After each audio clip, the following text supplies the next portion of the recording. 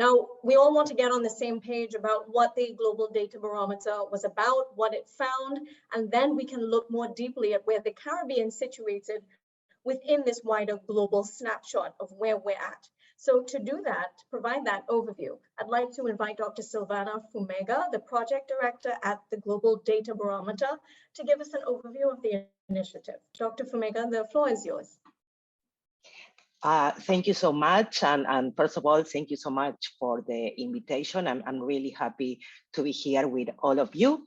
I'm going to share my screen to give you a brief overview, so later you can understand a little bit better about what the results in the Caribbean are. I'm not going to touch those results because I know there's going to be discussions and presentations on that part. I'm going to just explain a little bit how we started to work on the GDB and what it's about in a general way. Let me start by saying that the goal of the barometer is to provide a new benchmark and the essential data needed to drive a fuller understanding of the state of data for development around the world. As it was mentioned, on May 11th, the new GDB launched the results of its first edition. This was a culmination of the efforts of over 100 researchers and a network of regional research hubs around the world, including here our colleagues at the Mon School of Business and Management and the Caribbean Open Institute. The design of the barometer builds on the previous edition of the Open Data Barometer, but take a much broader look at data sharing and use for the public good, including giving additional attention to issues such as privacy and inclusion.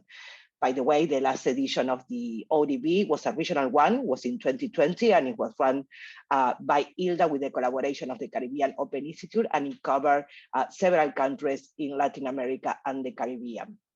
But going back to the Global Data Barometer, it draws on primary data from a global expert survey carried out in mid-2021 in 109 countries.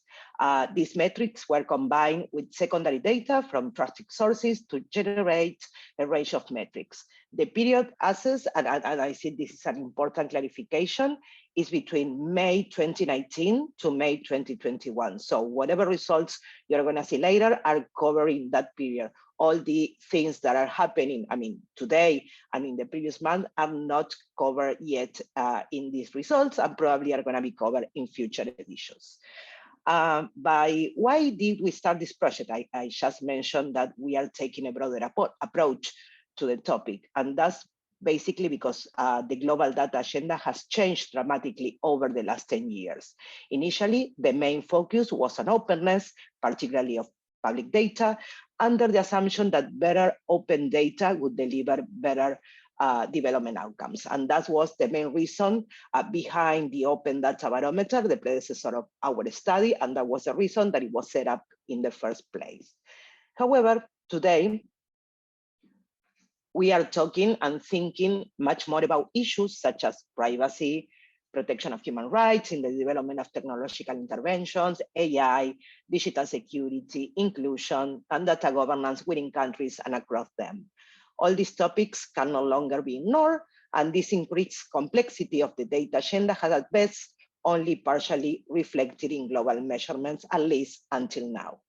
So in this context, the GDB has been designed to respond to these issues and to fill critical knowledge gaps on how data policy and practice are unfolding in different sectors, regions, and countries around the world.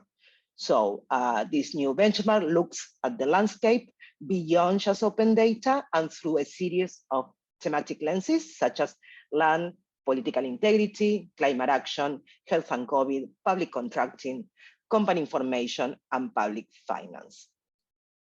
So just to give you a brief idea, these are some of the numbers that are related to this first edition. As I mentioned, 109 countries, 12 regional hubs, including the Caribbean, of course, six thematic partners, 39 indicators in the primary survey, and more than 60,000 data points. Inside the report and the website, you also are going to be able to find information on more than 1,100 datasets, more than 900 frameworks, and more than 70 open data initiatives. This is a new global benchmark that looks at data issues through 4 pillars: data governance, capabilities, availabilities, and the use and impact of data for public good. The indicators, the 39 that I mentioned before, fit these 4 pillars via 2 core modules, which assess data governance and capabilities throughout a country, and 7 thematic modules.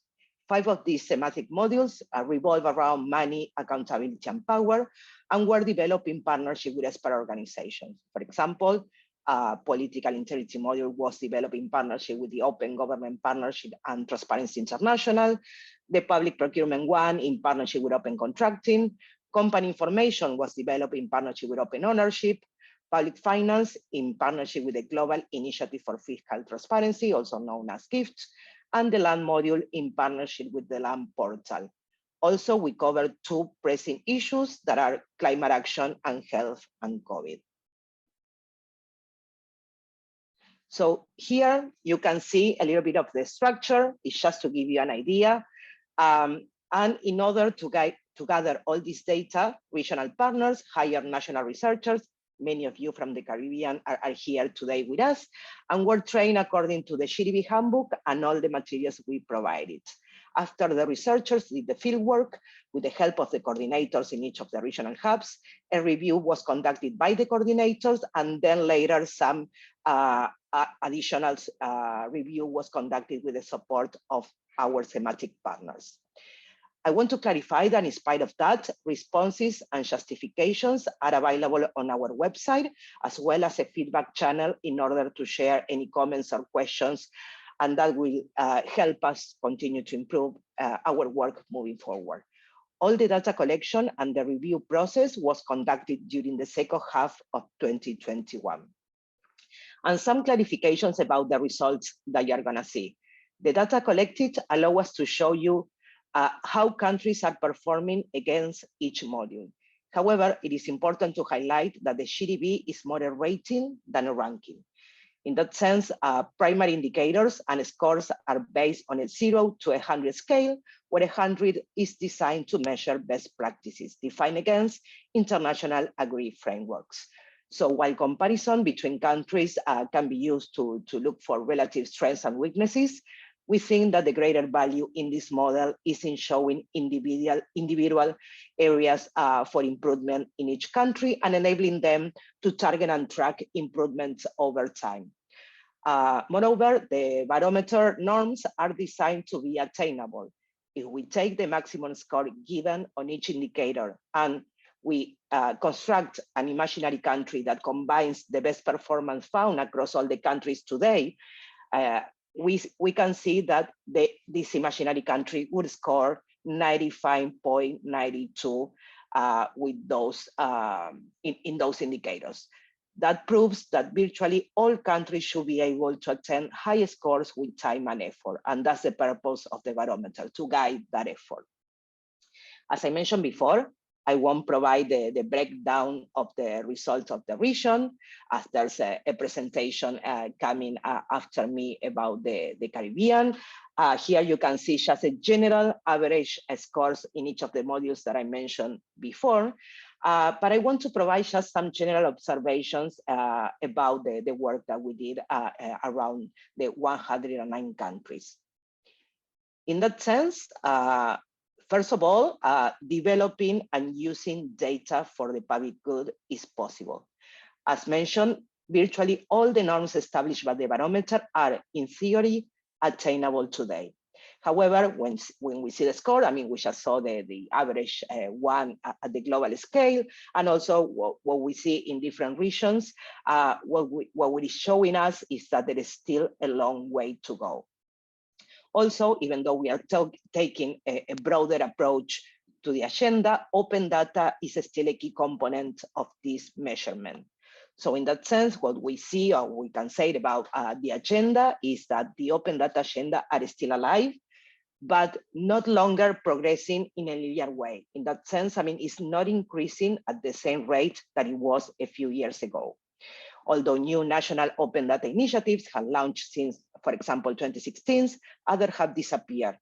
So, however, I want to mention on a positive note that in those instances where initiatives have been sustained, there are often better results and more embedded than they were in the past. And open data principles are also included in a number of sectorial initiatives.